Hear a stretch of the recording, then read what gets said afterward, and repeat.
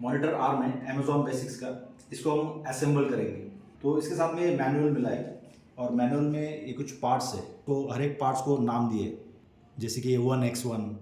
सारे पार्ट्स का मैनुअल में step by step pictorial representation के साथ असेंबली स्टेप्स बताए गए हैं।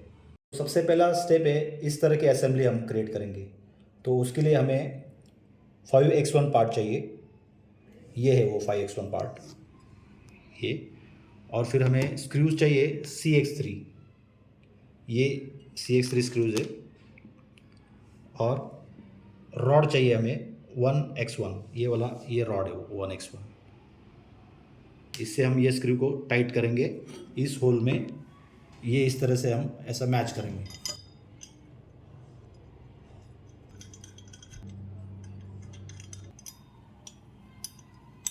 ये लॉक नहीं हो जाते तब तक इसको टाइट करते रहना है। तो कुछ इस तरह से असेंबल हुआ है ये। अब ये वाली असेंबली करेंगे हम, जो फर्स्ट असेंबली है, जो ये असेंबली किया हमने।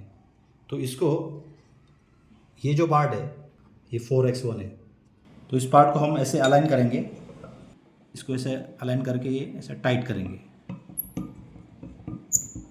अच्छे से टाइट करेंगे, क्योंकि मॉनिटर का पूरा वेट इस पर आएगा, इसलिए पूरा लॉक होने तक उसको टाइट करना है। अब इस पार्ट को हम टेबल के कॉर्नर को अलाइन करेंगे। मैंने ये कॉर्नर को अलाइन किया है और ये ऐसे, और अगर हो सके तो कुछ इस तरह से कार्डबोर्ड लेके इस गैप के अंदर फिट कर देने का।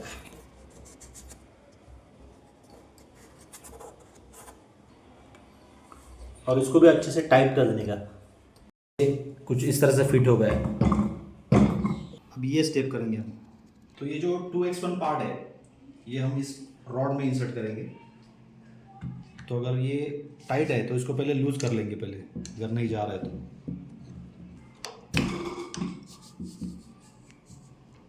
तो इसको आप आपके ज़रूरत के हिसाब से इसका हाइट एडजस्ट कर लेना। तो मैं इस हाइट पे रखता हूँ उसको। अभी इसको भी अच्छे से टाइट करना है, क्योंकि मॉनिटर का वेट यहाँ से होकर नीचे ट्रांसफ़र होगा।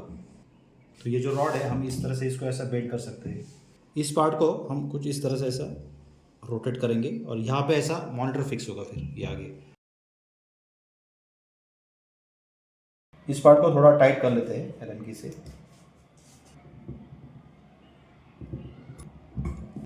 अब ये स्टेप करेंगे IX1 यानी ये पार्ट और JX2 ये पार्ट्स।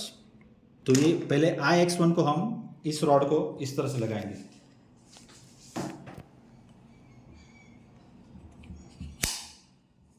ताकि हम केबल मैनेजमेंट कर सके इसके ज़रिए, यहाँ से केबल पास कर सकते हैं हम। और ये जो है ये पार्ट, ये एक यहाँ पे और ये वाला पार्ट यहाँ पे लगेंगे, यहाँ से केबल पास करेंगे इस तरफ और ये यहाँ पे जाएगा नीचे।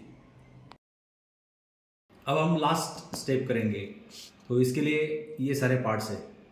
ये 3X1 पार्ट है, ये कैप है और ये 4 स्टैंड ऑफ्स है और 2 टाइप्स के स्क्रू दिए।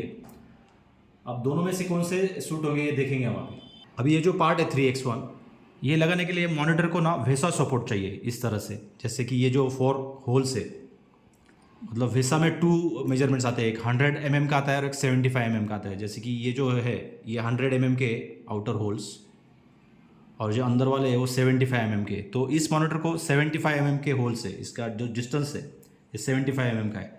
तो कुछ इस तरह से ऐसे मैच होते हैं होल इसमें 75 mm वाले, ये ऐसे इस तरह से ये 4 होल मैच होते हैं। ये जो स्टैंड ऑफ्स है ये इसके ऐसे नीचे रखने के, ऐसे 4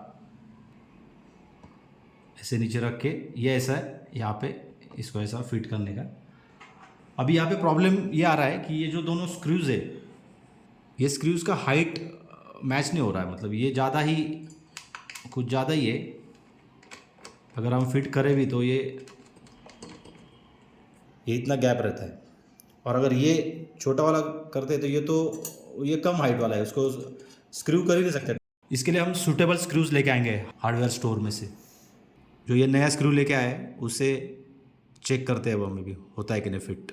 अभी ये 4 स्टैंड ऑफ्स हमने प्रॉपरली रख दिए हैं और ये जो एंगल पार्ट है इसको हम ऊपर की साइड में रखेंगे। ये जो नए स्क्रू लेकर आए थे उसमें भी थोड़ा प्ले है, ये देखो ये। तो इसके लिए इस टाइप के बुश या क्या कहे इसको, वॉशर बोले बुश बोलो, सो इस तरह से ये बुश हम यहाँ पे फिट करेंगे और फर्स्ट होल में इसको।